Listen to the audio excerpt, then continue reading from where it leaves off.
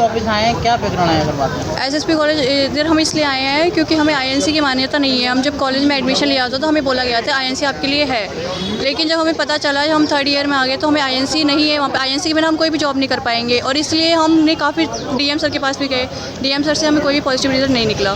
फिर हम इधर एसएसपी सर के पास आए अपनी बात रखने, तो उन्होंने ये बोला कि आपकी कार्रवाई की जाएगी, थोड़ा वेट करो। अब देखते हैं सर क्या बोलते हैं, क्या कार्रवाई करते हैं और क्या हमारे हित में आता है। प्रशासन, कॉलेज प्रबंधक क्या कह रहा है? वो तो ये कह रहे हैं कि मतलब आईएनसी आएगी, हम लाके ही रहेंगे। उन्होंने लिख के भी दिया हमें कि मतलब 25 जुलाई तक बोला था कि मिल जाएगी, बट नहीं मिली हमें। तो अब कॉलेज प्रशासन जहाँ हमसे बात करना चाह रहा है और हम पे दूसरे तरह से प्रेशर भी डाल रहा है, और ये लिखित में दिया हुआ है हमें। और ये किशोरी सर ने हमें लिखित में दिया था कि आपकी आईएनसी आ जाएगी, बट नहीं है, ये भी फेक हो गया।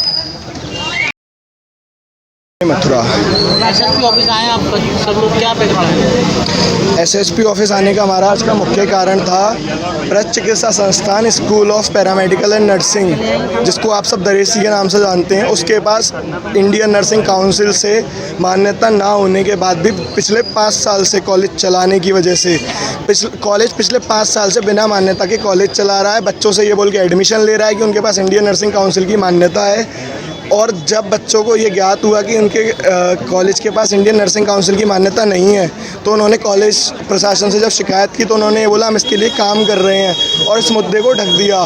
2021 से उनके पास मान्यता नहीं है, आज तक वो एडमिशन लेते हैं ये बोलकर कि वी एफिलेटेड बाय आईएनसी।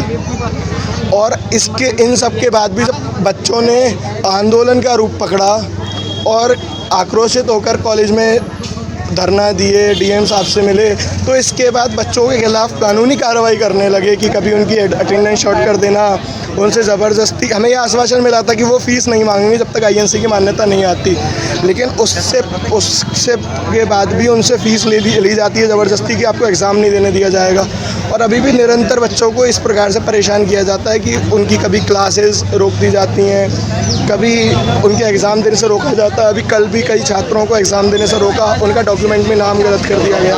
इस तरह की घिनौनी हरकत कॉलेज बार बार कर रहा है। तो हम एसएसपी साहब से मिले और उन्होंने हमसे कहा कि वो जांच रिपोर्ट आने के बाद, डीएम साहब जो इस कमेटी द्वारा जांच करवा रहे हैं उसकी रिपोर्ट आने के बाद वो इस पर कानूनी कार्रवाई करें।